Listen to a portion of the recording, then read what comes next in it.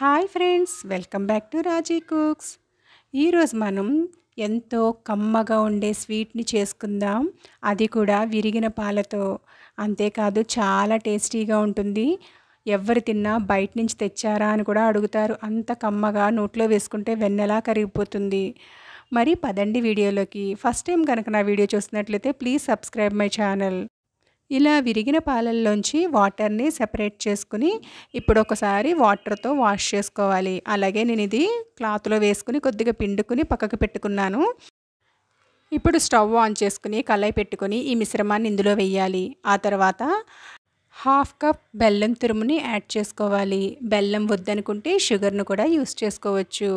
ఇలా బెల్లం పూర్తిగా కరిగేంత వరకు బాగా కలుపుకోవాలి. ఈ ప్రాసెస్ అంతా కూడా లో టు మీడియంలోనే ఉండాలి. అలాగే చూసారు కదా, ఈ గరిటెని ఇలా నొక్కి పెడుతూ ప్రెస్ చేస్తూ అంత ఈవెన్గా కలిసేటట్లుగా ఇలా కలుపుకోవాలి. ఇలా కలపడం వల్ల బెల్లం కరుగుతుంది. అలాగే ఈ స్పాయిల్డ్ అయిన మిల్క్ గెడ్డలు లేకుండా చక్కగా ఈవెన్గా కుక్ అవుతుంది. ఇలా పూర్తిగా కలిపిన తర్వాత ఇందులోకి కొద్దిగా ఇలాచీ పౌడర్ను కూడా యాడ్ చేసుకోవాలి.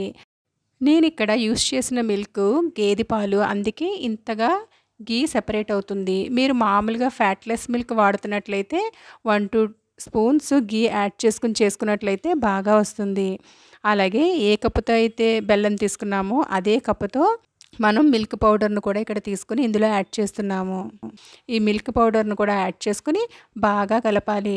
ఇలా మిల్క్ పౌడర్ని వేసిన తర్వాత మనకి కడాయికి అంటుకోకుండా కడాయి నుంచి సెపరేట్ అవుతూ ఉండాలి. అలాగే ఆయిల్ కూడా రిలీజ్ అవ్వాలి ఈ మిశ్రమంలోంచి.